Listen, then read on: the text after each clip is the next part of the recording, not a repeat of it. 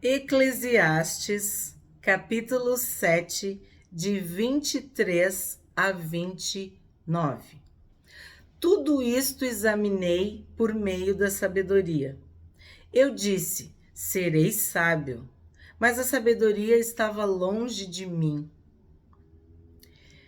Aqui a gente vê que Salomão confiou em si, pensou em si mais do que convinha. Porque a sabedoria era uma dádiva, um presente de Deus. Ele disse: serei sábio, mas a sabedoria estava longe de mim. Sim, Salomão não ia alcançar nenhum de nós, porque a sabedoria é o próprio Deus. Nós vimos a personificação da sabedoria. Deus se agrada, Deus deseja abençoar a pessoa com sabedoria. A pessoa busca, compra, adquire, estuda, se esforça, mas depende de Deus doar a sua graça, o seu amor, a sua sabedoria. Nós devemos pedir essa sabedoria. E olha o verbo que ele usou aqui: serei sábio. Às vezes eu penso, Davi era sábio, mas Salomão queria ser mais sábio que Davi. Queria superar o pai. Queria que o seu reinado fosse algo assim que ficasse para sempre. É o que eu penso. Então, ele examinou as situações, as circunstâncias, tudo por meio da sabedoria. Ok? Mas isso não fez com que ele se apropriasse da sabedoria ou dominasse a sabedoria, fizesse a sabedoria se curvar a ele. Não sei se vocês estão entendendo o que eu estou dizendo. É como se ele tivesse feito um esforço para controlar a sabedoria, para deter a sabedoria. Ser aquele que detém, que concentra a sabedoria. Tudo bem, ele foi conhecido como o homem mais sábio da terra, do mundo. Mas ele alcançou? Ele achou que ia alcançar. Sabe o que me lembra isso? Me lembra Babel. Que os homens queriam chegar ao céu. Queriam construir uma torre, um edifício, uma escada, algo que os elevasse de tal forma que eles tocassem no céu. Era isso que Salomão queria. Queria superar a todos. Tanto que ele fala que ninguém chegou nem perto da sabedoria dele. Só que Deus foi bem claro quando falou que ele tinha que andar nos caminhos do seu pai. Guardar os mandamentos, temer a Deus.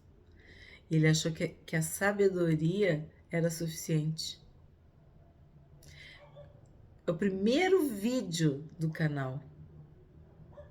Como que uma mente finita vai comportar a mente infinita, perfeita e eterna de Deus.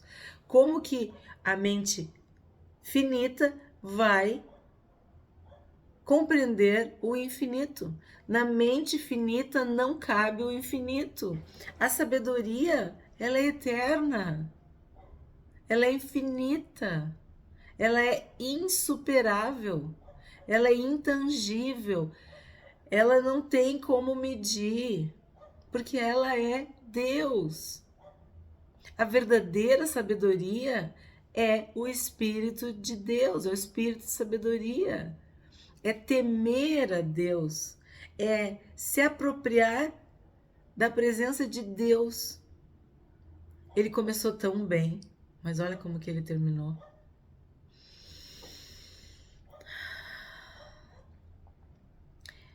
Ele viu que a sabedoria estava longe dele. E é isso que eu digo. Quem que estava longe de Salomão? Deus. Ele estava longe de Deus. Salomão desobedeceu a Deus. Uma desobediência atrás da outra, um pecado atrás do outro. Ele estava sempre teimando nas mesmas coisas. E por fidelidade a Davi, Salomão não experimentou a ruína, a destruição no seu reino, no seu reinado. Mas que ele aprontou uma atrás da outra, sim, Salomão aprontou. Por isso que a sabedoria estava longe dele. Ele foi se afastando do Deus vivo. Ele foi abrindo um abismo, um precipício, um espaço entre ele e Deus. E Davi não, o pai dele não. O pai dele, o que Davi mais queria era a presença de Deus. Não me retires da tua presença. Não retires o teu Santo Espírito de mim. A gente não vê Salomão buscando a Deus. A gente vê ele buscando essa sabedoria que o fazia mais importante, superior, especial, diante de todos. O que alegrava o coração de Salomão era saber que o mundo inteiro vinha se curvar diante da sua sabedoria. Só que nunca é suficiente. Nunca é suficiente. 24. O que está longe e é muito profundo, quem o poderá encontrar?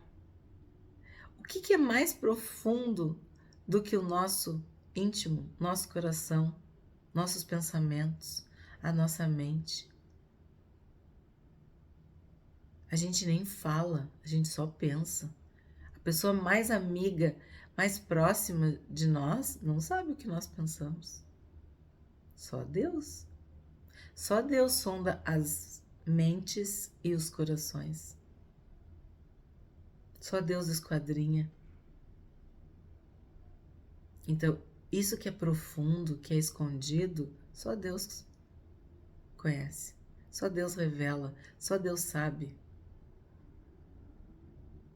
Quem que pode encontrar? Quem que pode ir lá no nosso íntimo, no nosso particular? Deus. Só o Espírito Santo. É uma obra interna, é de dentro para fora. Não é de fora para dentro. Sabe a circuncisão? Nós não temos a prática da circuncisão física, mas sim a circuncisão do coração.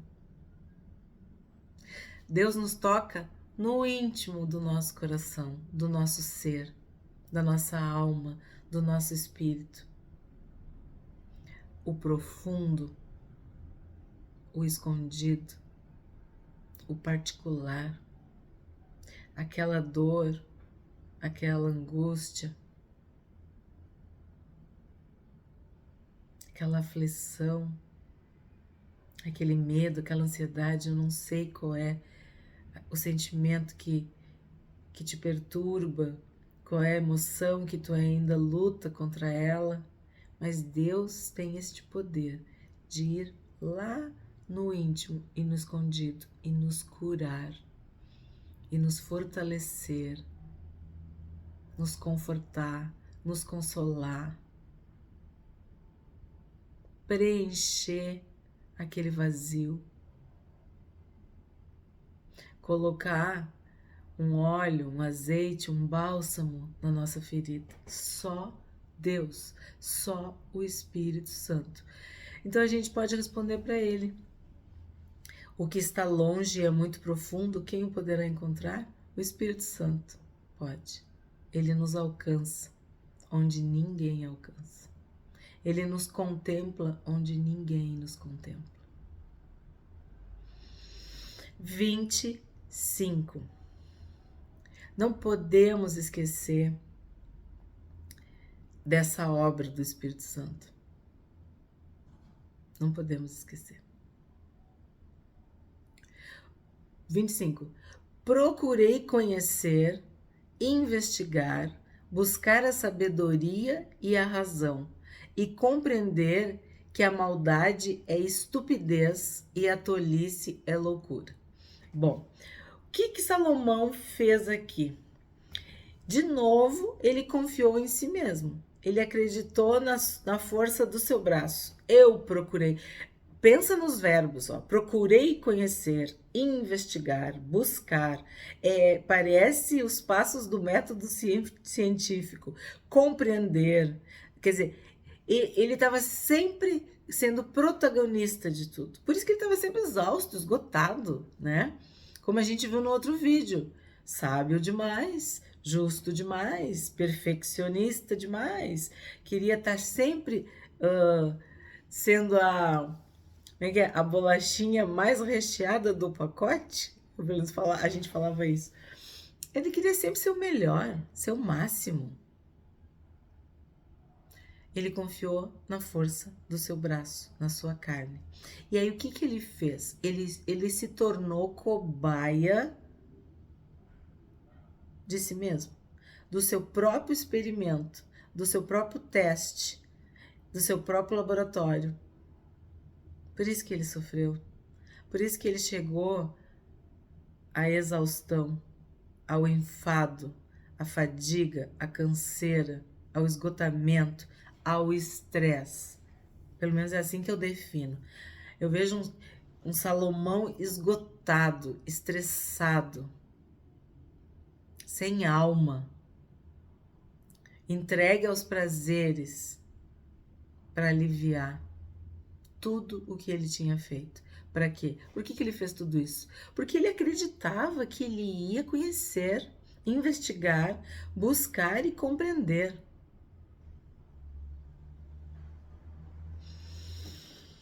O nosso Deus é altíssimo. Esse título, esse nome, não é por acaso. Os pensamentos de Deus são mais altos do que os nossos. Deus está muito acima. Está extremamente elevado. Como que Salomão ou qualquer outra pessoa vai conseguir decifrar, compreender, delimitar, investigar Deus? Ele não conseguiu. Então ele ficou exausto. Não conseguiu. Assim como hoje muitas e muitas pessoas querem fazer isso. O ser humano repete os mesmos erros, faz as mesmas coisas, desde que o mundo é mundo. Não falei de Babel? Ao invés de se curvar, se humilhar diante desse Deus, o ser humano quer contender com Deus, quer chegar até Deus, quer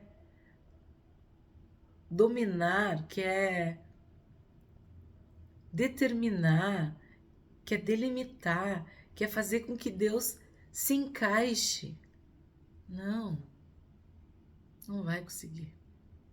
Nós sabemos que não vai conseguir. E Salomão não conseguiu. Aí ele falou que a maldade é estupidez e a tolice é loucura. Por que tu acha que ele falou isso? Porque ele se dedicou a tudo, como uma cobaia num laboratório, como um experimento que é repetido, como um teste. Foi isso que Salomão fez. 26. Achei coisa mais amarga do que a morte. A mulher cujo coração é rede e armadilha, e cujas mãos são correntes. Olha o que ele vai falar. Quem agrada a Deus fugirá dela, mas o pecador virá a ser seu prisioneiro. A gente sabe qual foi a ruína de Salomão. 700 esposas e 300 concubinas. Sendo que ele casou com mulheres estrangeiras. E essas mulheres eram pagãs, serviam a outras divindades, com D minúsculo, a ídolos, faziam sacrifícios terríveis. E a cada novo casamento, novo pacto, nova aliança, Salomão se afundava mais um pouco. Ele pervertia o seu coração. Ele corrompia o seu coração. Ele se afastava de Deus e se apegava às suas mulheres. A Bíblia diz que ele amava Deus e amava as suas mulheres. As suas mulheres estrangeiras, principalmente, né? Que eu já expliquei aqui também. Elas tinham toda a ciência da sedução, como ele acabou de dizer. É uma mulher traiçoeira, uma mulher sedutora, com laços, correntes, armadilhas. O homem se torna uma presa fácil e depois que ele está enlaçado, acorrentado, preso nessa cilada, nessa armadilha, ele não tem como sair. E foi o que aconteceu com Salomão. Ele se enredou tanto, ele se aprofundou tanto, ele mergulhou tanto nisso que ele não conseguia mais sair. Ele só aumentava. E ele descobriu que isso é mais amargo do que a morte. E ele descobriu que quando Deus ama uma pessoa, ele não deixa essa pessoa cair nas mãos dessa mulher. Ó, quem agrada a Deus fugirá dela, mas o pecador virá a ser seu prisioneiro. Tem um texto de Provérbios que diz: aquele homem a quem Deus se ira contra ele, Deus permite que ele caia em adultério, que ele caia nessa cilada, que essa mulher imoral, estranha, adúltera, perversa, maligna, sedutora, enfim, cruze o caminho do homem e faça com que ele seja enredado. Ela prende esse homem. Salomão fala da experiência própria. Então, isso pelo menos ele está sendo honesto, está confessando, né, que foi isso que aconteceu com ele. Quem agrada a Deus, o que ele está dizendo? Que ele não estava mais agradando a Deus. Que ele não estava mais fazendo a vontade de Deus. Então, é simples. Se tu não tiver o amor a Deus, se tu não amar Deus acima de todas as coisas, tu vai colocar outros ou outras neste lugar. Às vezes tu bota teu pai, às vezes tu bota tua mãe, às vezes tu coloca teu filho, teu irmão, tua esposa, teu marido, teu trabalho. Então, este lugar pertence a Deus. Tu vive uma existência para agradar a Deus, para adorar a Deus, para amar a Deus, para temer a Deus, para obedecer a Deus. Se tu não fizer isso, tu vai substituir, tu vai ocupar este lugar com outras coisas ou com outras pessoas. E de novo, Davi amava a Deus. Talvez agora algumas pessoas estão entendendo a diferença. Por que que Davi era o homem segundo o coração de Deus? Porque ele amava a Deus em primeiro lugar, acima de tudo e de todos. E talvez Salomão nunca entendeu isso. Por saber toda a história que envolveu a mãe dele e até o seu nascimento. Eu vejo assim, a Bíblia não fala que Salomão era bonito, que tinha boa aparência, que era isso, não fala. Só fala que ele era sábio, que ele era rico, que ele era poderoso. Se tu sabe, eu até te peço que tu me escreve aí, se tu sabe. Tem alguma coisa que fale sobre Salomão nesse sentido? Eu não encontrei. Davi não. Davi, todos que conviviam com ele tinha um carisma e era de boa aparência.